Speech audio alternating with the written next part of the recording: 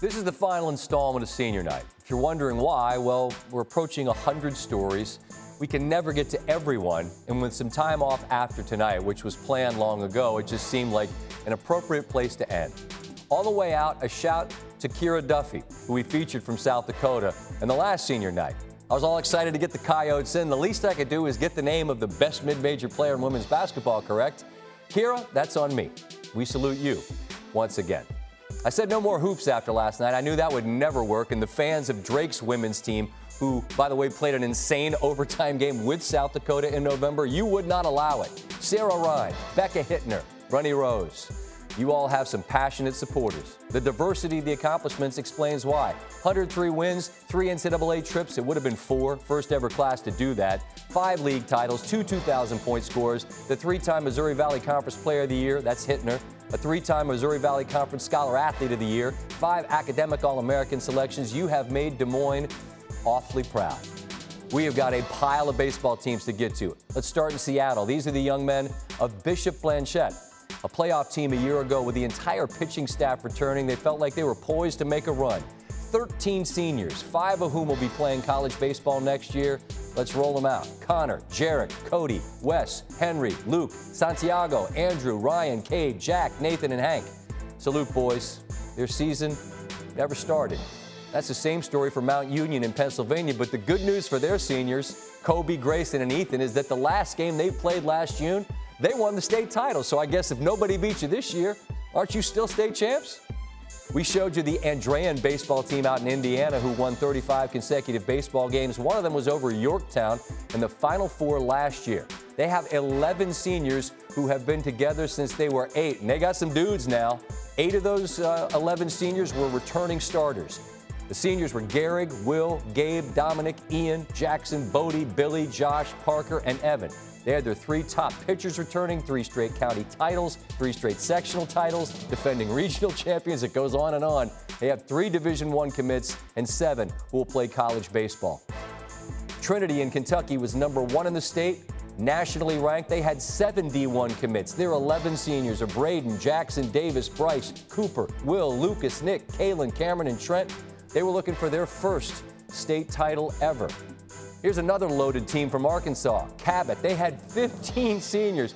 All right, fellas, say it with me. 15 of you. Hunter, Will, Blake, Austin, Logan, Jackson, Blaze, Jacob, Lucas, Mason, Justin, Clayton, Houston, Brock, and Patrick. Did I get you all there?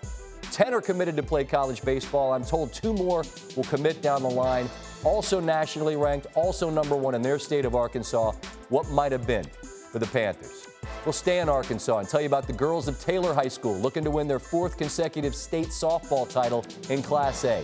The seniors were Lindsay, Riley, Emily, another Riley, Haley, and Tori. They won 70 games together, and ladies, if nothing else, just think how happy everybody is in Class A softball in Arkansas that they don't have to play you anymore. Haven't done a ton of track and field, but what a group this is, the North Canyon Rattlers in Arizona. Winners of 3 consecutive state titles. They had 8 seniors. Julia, Bailey, Bella, Jade, Delphine, Dominique, Jaden, and Sky. Jaden is committed to run at Oregon. Dominique to Texas A&M. Delphine has signed with Utah State. 5th-year senior Ryan Lamb of the reigning national champion Virginia lacrosse team was out with an ankle injury, but asked to be taped up to play in a final scrimmage. Scored a couple of goals in that scrimmage and afterwards shared some thoughts with the boys on the way out about time and how much we get. Embrace this time we've got together. We've got the rest of the day, tomorrow, who knows how long, just embrace this time. Oh, yeah. Who knows how long, indeed. And we close with the guy who started it, Billy Durkin, alone in a gym in Illinois. But as these segments and stories have shown, you were never alone, Billy, because sports is the thing that ties us all together. It always has. One big thing. We did the final installment of Senior Night on the show tonight. In my 20th year here, it's been as gratifying as anything I've been a part of.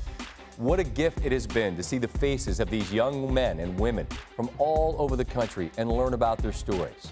That's been the biggest eye-opener. These athletes and teams that are such a source of immense pride in their respective communities were out there already.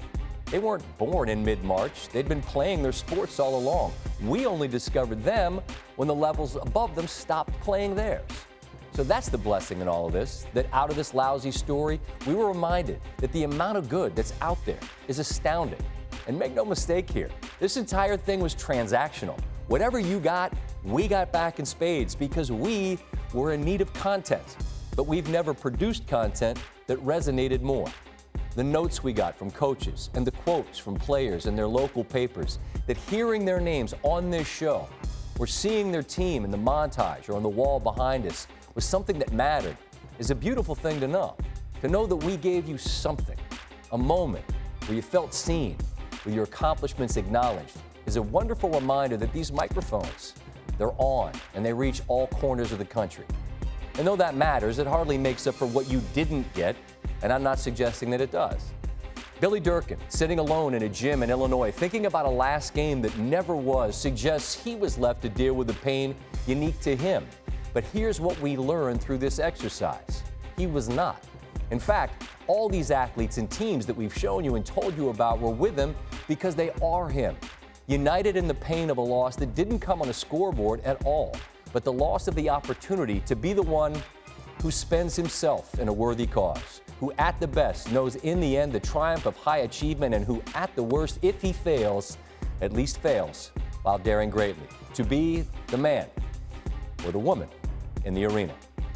And we've gotten a lot of credit for this. I've been asked repeatedly about it in interviews, and I said we were trying to be a light because it felt like things were pretty dark out there. But here's the truth about that. We were just the mirror. We were not the light. You were. All across the country, your teams, your stories, you were the light because you are the light.